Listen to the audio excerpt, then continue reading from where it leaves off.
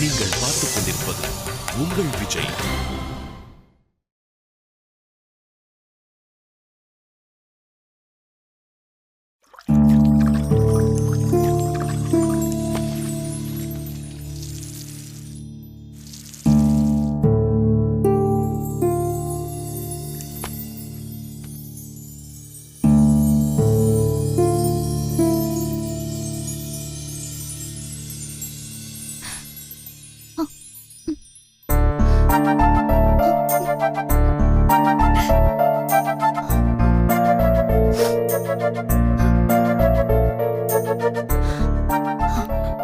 காவியா, நீ எதையும் நினைச்சு கவலைப்படாத. திவ்யா ரொம்ப நல்ல பொண்ணு. அவ நிச்சயம் உங்க வீட்டுக்கு வந்துருவா. எனக்கு அதுல முழு நம்பிக்கை இருக்கு. நான் சொல்றத நம்பு. இல்லக்கா, திவ்யா இப்படி பண்ணுவான்னு கொஞ்சம் கூட எதிர்பார்க்கல. தங்க கூண்ல வாழ்ந்த கிளி மாதிரி இருந்தா. ஒரு நல்லவனை காதலிச்சிருந்தா கூட கவலைப்பட மாட்டேன். போயும் ஒரு பொம்பளை பொறுக்கியோட போயிட்டாலும் தான் எனக்கு கவலையா இருக்கு. எந்த ஆம்பளையும் திவ்யாவை நெருங்க முடியாது. அவ ஒரு நெருப்பு மாதிரி. திவ்யா இங்க வந்திருக்கும் போது கூட என் புருஷன் அவளை கஷ்டப்படுத்தினாரு. உடனே திவ்யா இந்த விஷயத்த எல்லார்கிட்டயும் சொல்லி என்ன பண்றேன் பாருன்னு சொன்னா. ஆனா எனக்காக மன்னிச்சிருன்னு சொன்னேன். அத அவ ஏத்துக்கிட்டு மன்னிச்சிட்டான். எனக்காக விட்டு கொடுத்தவ என்னைக்குமே கெட்டு போக மாட்டா காவியா. உங்க அப்பா அம்மாவை தைரியமா இருக்க சொல்லு. உங்க அப்பாவுக்கு நெஞ்சு வலி வந்துருச்சு, உங்க அண்ணனுக்கு கால் உடைஞ்சிருச்சுன்னு நீ ஒன்னும் கவலைப்படாத. எல்லாம் சீக்கிரம் சரியாயிடும். நான் கூட தான் அங்க வந்து பார்க்கணும்னு ஆசைப்பட்டேன். ஆனா என்னால முடியல. என்ன செய்யறது? இதோ பாரு காவியா, நீ எப்போதும் போல கலகலன்னு இரு. சரி வா, நான் உனக்கு தோசை சுட்டு தரேன். ஐயோ வேண்டாம்க்கா, நான் அப்புறமா சாப்பிட்டுக்கிறேன். நீங்க வேற ஏதாவது வேலை இருந்தா செய்யுங்க. இது கொடுங்கக்கா. வேணா, நீயே மனசுடைஞ்சு போயிருக்க. நீ எந்த வேலையும் செய்ய தேவையில்ல. எல்லா வேலையும் நானே செய்யறேன்.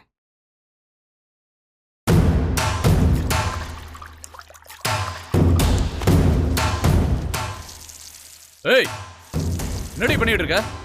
மேல வாடி, சீக்கிரம் வா. காவியா, அவர் என்ன கூப்பிடுறாரு. நீ பேசாம போய் தூங்கு. அப்பதான் உன் கவலையெல்லாம் போகும். நான் போறேன்.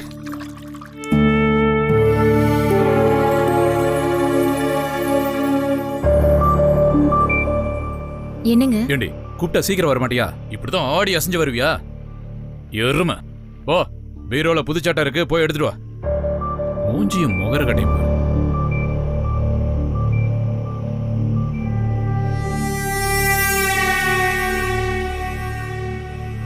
இந்தாங்க.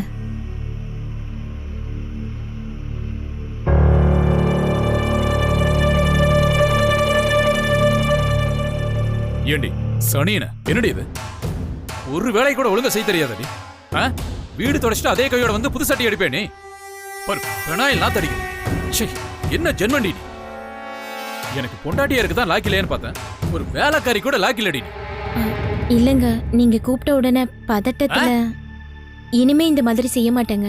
கிழிச்ச அப்படியே ஒழுங்கா செஞ்சு கிழிச்சிட போற. என்னைக்கு நீ இந்த வீட்டுக்கு வந்தியோ அன்னையில இருந்து இதே பாட்டு தான் பாடிட்டு இருக்க. உனக்கு சீக்கிரம் ஒரு முடிவு கட்டுறேன். முக்கியமான வேலையா வெளியே போகணும்னு நினைச்சேன், இப்படி பண்ணிட்டியாடி. போயிட்டு வந்து வச்சுக்கிறேன்.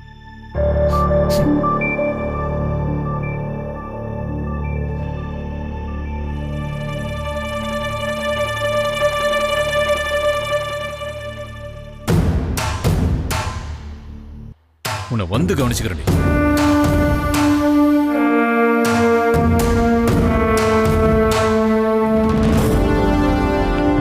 ஜெயந்தி, என்னங்க? என் போன் எடுத்துட்டு வா. இந்த வரேங்க. இந்தாங்க. கொடு. நான் வரது கொஞ்சம் லேட் ஆகும். எனக்காக நீ வெயிட் பண்ண வேண்டாம். சரி, சாப்பிடு. வாங்க ராமநாதன் சார், வாங்க. வாங்க ராமநாதன், என்ன திடீர்னு வந்திருக்கீங்க? சரி வாங்க உட்காருங்க. நான் இங்க உட்கார்றதுக்காக வரல. உங்க பையன் என் பொண்ணு திவ்யாவை கூட்டிட்டு வந்துட்டான்.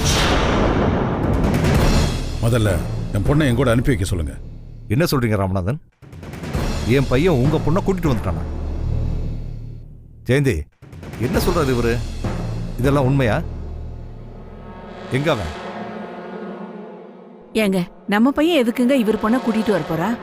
அவனே கல்யாணம் நின்னு போச்சேங்கிற வருத்தத்துல அம்மா எனக்கு மனசு சரியில்லை, 2-3 நாள் வெளியே போயிட்டு வரேன்னு சொல்லிட்டு போயிருக்காங்க. பாத்தீங்களா உங்க பையன் என் பொண்ணை எப்படி பிளான் பண்ணி கூட்டிட்டு போயிருக்கான்னு? அவன் 2-3 நாளைக்கு வரமாட்டான்னு வேற சொல்லிட்டு போயிருக்கான். அப்படின்னா என் பொண்ணை தான் எங்கேயோ கூட்டிட்டு போயிருக்கான். நீங்க தான் என் பொண்ணை எப்படியாவது கண்டுபிடிச்சு கொடுக்கணும். ஏங்க, உங்களுக்கு வேற வேலையே இல்லையா? ஏற்கனவே என் பையனுக்கும் அந்த பிரியாவுக்கும் கல்யாணம் ஆயிடுச்சுன்னு சொன்னீங்க. இப்ப என்னடான்னா திடீர்னு வந்து உங்க பொண்ணை என் பையன் கூட்டிட்டு போயிட்டான்னு எந்தவித ஆதாரமும் இல்லாம சொல்றீங்க. இதுக்கெல்லாம் ஏதுங்க ஆதாரம்? கல்யாணம் ஃபிக்ஸ் பண்ணதுல இருந்தே உங்க பையன் என் பொண்ணோட பேசிட்டு தான் இருந்தான். கல்யாணம் நின்ன பிறகும் என் பொண்ணோட பேசியிருக்கான். என் மூத்த மக காவியாவும் மருமக தனுஷும் அப்பவே சொன்னாங்க, திவ்யாவை ஒழுங்கா பாத்துக்கங்க, அந்த பிரதீப் ஏதாவது கிரிமினல் வேலை செய்வான்.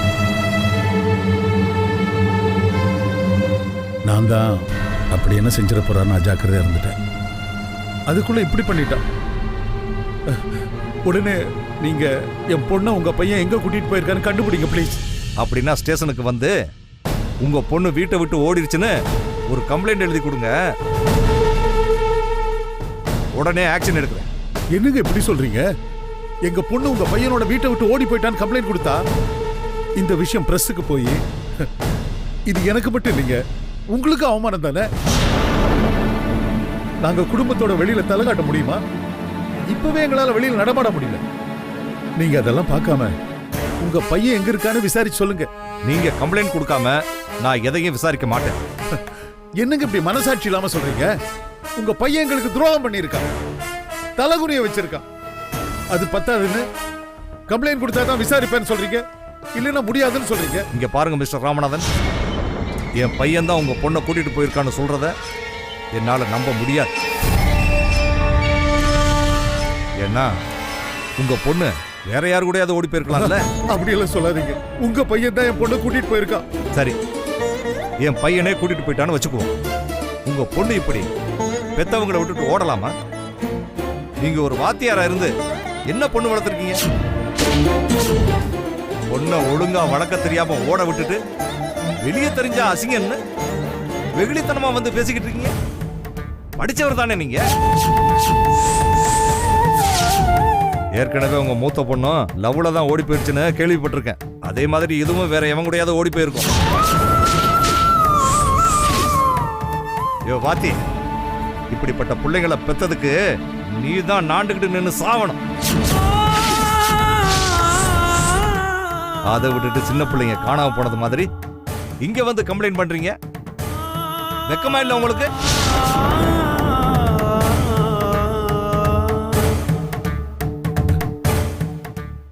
எஸ்பி சார், நீங்க இப்படிதான் பேசுவீங்க.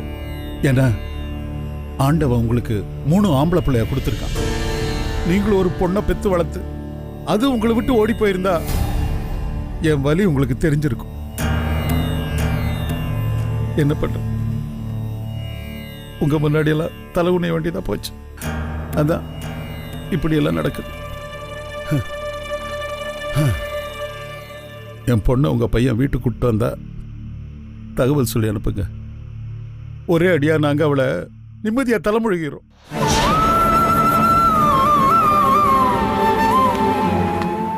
என்ன ஜெயந்தி, இவர் இப்படி சொல்றாரு? ஒருவேளை உண்மையா இருக்குமோ? உங்களுக்கு எப்பவுமே போலீஸ் புத்தி தாங்க. எதுக்கு எடுத்தாலும் சந்தேகப்பட்டுக்கிட்டு. நம்ம பையன் அப்படியெல்லாம் செஞ்சிருக்க மாட்டான். அவன் அப்படியே அந்த பொண்ணை கூட்டிட்டு வரதா இருந்தா நம்ம வீட்டுக்கு தானே கூட்டிட்டு வந்திருப்பான், வேற எங்க போறான்? ஜெயந்தி, நெருப்பு இல்லாம புகையாது. பிரதீப் வந்ததை எனக்கு ஃபோன் பண்ண. உண்மை என்னன்றதை நான் விசாரிக்கிறேன். வரேன். ஐயோ, இவருக்கு நம்ம பிரதீப் பத்தி தெரிஞ்சா என்ன ஆகும்னு தெரியலையே.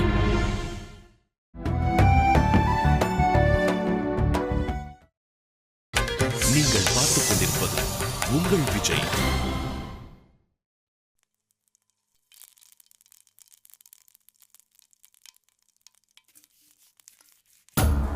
என்னடி இன்னுமா தோசை சுட்டுட்டு இருக்க? இன்னும் கொஞ்சோண்டு மாவு தான் இருக்கு, நான் சுட்டுறேன். நல்லா நெய்ய ஊத்தி முருகலா சுடு. பெரியவனுக்கு அப்படிதான் பிடிக்கும். பாத்து மெதுவா தேய், பாத்திரம் தேஞ்சிட போகுது. மூஞ்சியும் முகரையும் பாரு, சுறுசுறுப்பா வேலை செய். எங்க அவ? யாருமா? அதான் என் மவன மைக்கு இந்த வீட்டுக்குள்ள வந்திருக்காளே காவியா, அவதான். அவங்க இன்னும் எந்திரிக்கல போல, நான் காலையில இருந்து பார்க்கவே இல்ல. காலையில எழுந்து நீ 5 மணிக்கு எழுப்பி விடுறது இல்லையா? வரட்ட வச்சுக்கிறேன், சீக்கிரம் வேலையை முடி. மாச நின்னுக்கிட்டு. டேய் பெரியவனே, சீக்கிரமா கீழே இறங்கி வா. எலிசபெத் மகாராணிக்கு இப்பதான் விடுஞ்சுதாக்கும். இம்போட்டு நேரம் புருஷனோட சேர்ந்து தூங்கிட்டு இருந்தா வீட்டுல கிடக்கிற வேலையெல்லாம் பிறவை யார் பாக்குறதா? இல்லத்த, காலையில எந்திரிச்சு ரெடி ஆயிட்டேன். என் தங்கச்சி போனதை நினைச்சு சரியா தூக்கமே இல்ல. அதான் மறுபடியும் அசந்து போய் தூங்கிட்டேன். இப்படி ஓடி போனவள நினைச்சிட்டு இருந்தா எப்படி நாங்கெல்லாம் சோறு தண்ணி சாப்பிடுறது? அவ இந்நேரம் என்னெல்லாம் தின்னுட்டு முதல்ல கொட்டிட்டு இருக்காளோ. அத்தை, ஏன் இப்படி எல்லாம் பேசுறீங்க? என்ன வேலை செய்யணுமோ சொல்லுங்க, செய்யறேன். இனிமே நீ செய்ய வேண்டிய வேலை என்ன கிடக்கு? அதான் எல்லாம் செஞ்சு முடிச்சாச்சே. நீ வேணா பேப்பர் எடுத்து பாரு. உன் தங்கச்சி மாதிரி வீட்டை விட்டு ஓடின ரொம்ப பேரு ஆத்துலயோ குளத்துலயோ விழுந்துதான் செத்து கிடப்பாங்க. அந்த மாதிரி உன் தங்கச்சி கிடக்குறாளா, போட்ட வந்திருக்கான்னு போய் பாரு. அவளை நினைச்சு இப்படி தினமும் இந்த வீட்டுல அழறதுக்கு செத்து போயிருந்தானா ஒரே அடியா 2 நாள் அழுதுட்டு அப்புறம் ஒழுங்கா வீட்டுல இருக்கிற வேலையாவது செய்வேன்.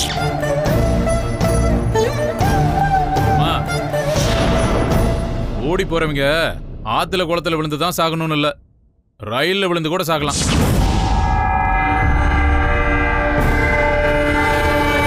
இல்ல கூட்டிட்டு போனான் பாத்தீங்களா, அவன் அவளை பஸ் ஸ்டாண்ட்லயே விட்டுட்டு போயிருக்கலாம். அவன் அந்த பஸ் ஸ்டாண்ட்ல அவனை தேடி சுத்துறப்போ சந்தேக கேஸ்ல போலீஸ் கூட அவளை பிடிச்சிட்டு போயிருக்கலாம் இல்லையா? என்ன காவியா, கரெக்ட் தானே? பெரியவனே சரியா சொன்னடா. அவளை எல்லாம் உயிரோட புடிச்சு என்ன பண்றது? எங்க காலத்துல எல்லாம் இப்படிப்பட்டவங்கள மரத்துல கட்டி வச்சு அடிச்சே கொண்டு போடுவாங்க. என்ன பண்றது, காலம் மாறி போச்சுல்ல. ஏண்டா சேது, இவ கூட நம்ம சின்னவனை மயக்கதானே கல்யாணம் பண்ணிக்கிட்டா. அதே இவ புத்தி அவளுக்கு வந்துருச்சு. என்ன பாக்குறவ, ஒண்ணும் தெரியாத பாப்பா 1 மணிக்கு போடுவாளாம் தாப்பா. அந்த மாதிரி ஒண்ணுமே தெரியாத மாதிரி ஒப்பாரி வச்சுட்டு நிக்கிற. போய் தட்டெல்லாம் கழுவி வை, திங்கிற சோத்துக்கு வேலை செய். அடியே இங்க பாரு, உன் குடும்பத்துக்கு இப்படி ஒன்னொன்னா வந்துகிட்டு தான் இருக்கும். அதெல்லாம் நினைச்சு இங்க ஒப்பாரி வச்சேன்னு வச்சுக்கோ, அப்புறம் இந்த வீட்டுல ஒரு காரியமும் விளங்காது. நானும் பெரியவனும் ஒரு நல்ல விஷயமா வெளியே போறோம். இப்படி கண்ணை கசிக்கிட்டு எங்க முன்னாடி நிக்காத, அப்படி ஓரம் போ. போற காரியம் உருப்பட்ட மாதிரிதான்.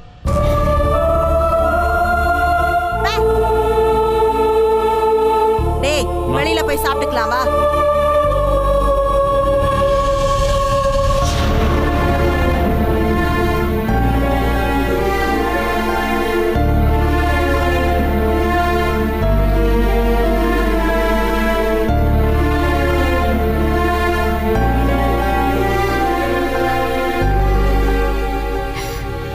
காவியா, இன்னைக்கு உன்னை இப்படி பேசுறவங்க நிச்சயம் ஒரு நாள் உன் காலடியில விழத்தான் போறாங்க. அவங்க பேசினதெல்லாம் மனசுல வச்சுக்காத. சரி, நீ போய் கை கழுவிட்டு வா, சாப்பிடலாம் வா.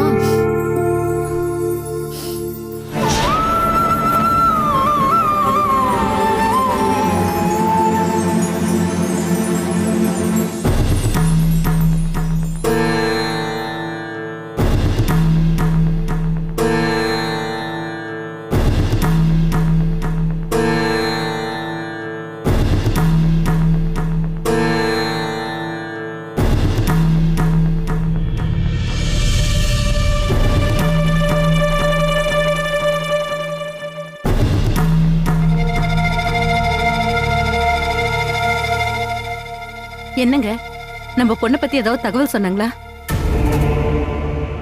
பிரதீப் நம்ம திவ்யாவை எங்க கூட்டிட்டு போயிருக்கானா? அவங்க அப்பா எஸ்பிக்கு தெரியுமா? என்னங்க, உங்களை தாங்க கேக்குறேன். பொண்ணை ஒழுங்கா வளர்க்க தெரியாம ஓட விட்டுட்டு வெளியே தெரிஞ்சா அசிங்கன்னு வெகுளித்தனமா வந்து பேசிக்கிட்டு இருக்கீங்க. படிச்சவர் தானே நீங்க? என்னங்க நான் கேட்டுக்கிட்டே இருக்கேன், நீங்க பதில் சொல்லாம பேசாம இருக்கீங்க. ஐயோ வாத்தி, இப்படிப்பட்ட பிள்ளைகளை பெத்ததுக்கு நீ தான் நாண்டுகிட்டு நின்று சாவணும். அதை விட்டுட்டு சின்ன பிள்ளைங்க காணாம போனது மாதிரி இங்க வந்து கம்ப்ளைண்ட் பண்றீங்க. வெக்கமா இல்லை உங்களுக்கு?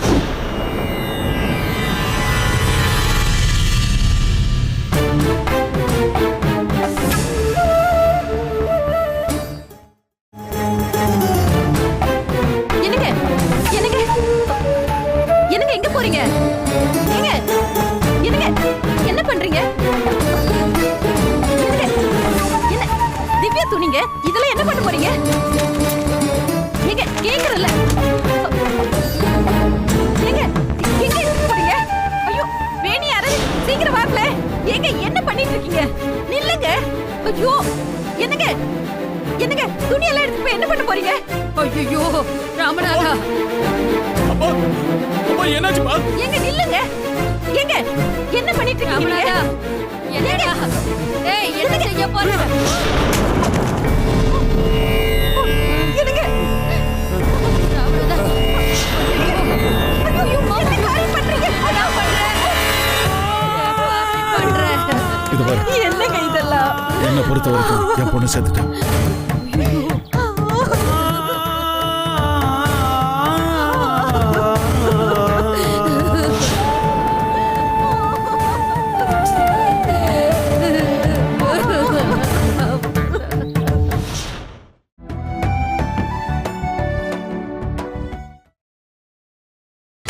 நீங்கள் பார்த்துக் கொண்டிருப்பது உங்கள் விஜய்.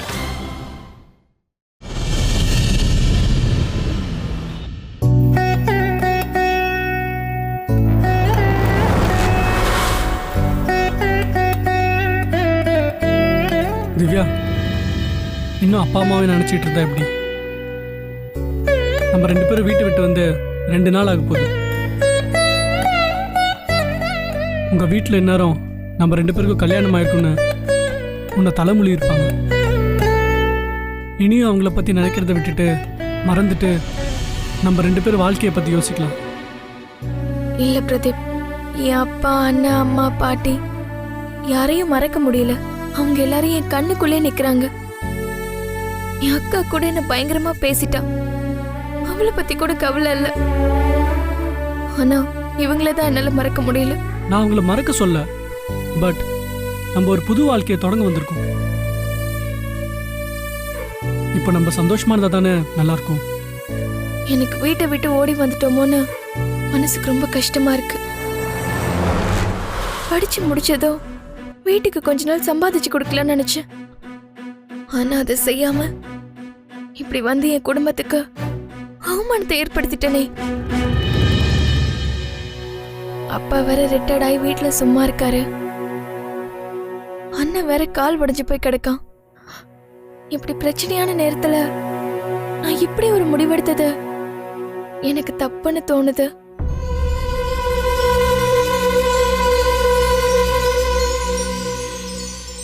அதான் என் மனசுக்கு ரொம்ப வேதனையா இருக்கு. எந்த குடும்பத்துல தான் பிரச்சனை இல்லை, எல்லா குடும்பத்திலயும் பிரச்சனை இருக்கு. அதுக்காக யாரும் ஓடி போய் கல்யாணம் பண்ணிக்காமலா இருக்காங்க? நீ போய் ரெஜிஸ்டர் ஆஃபீஸில் போய் பாரு. ஒரு நாளைக்கு 1000 கல்யாணம் நடக்குது. வீட்டை விட்டு ஓடி ஓடி வந்து கல்யாணம் பண்றாங்க. நம்ம முறையாக தானே கல்யாணம் பண்ணலான் இருந்தோம். ஆனால் தேவையில்லாமல் வீணா பழியை போட்டு கல்யாணத்தையே நிறுத்திட்டாங்க. அதனால தான் நம்ம இப்படி ஒரு முடிவு எடுத்தோம். மனசுக்கு பிடிச்சவங்களை பிரிக்க கூடாதுன்னு அவங்களுக்கு தெரியல திவ்யா.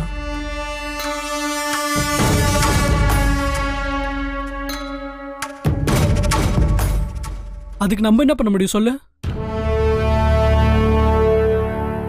சரி, வீணா மனசு போட்டு குழப்பிக்காம எப்படி வீட்டில் இருக்கும்போது சந்தோஷமா இருந்தியோ அதே மாதிரி சந்தோஷமா இரு.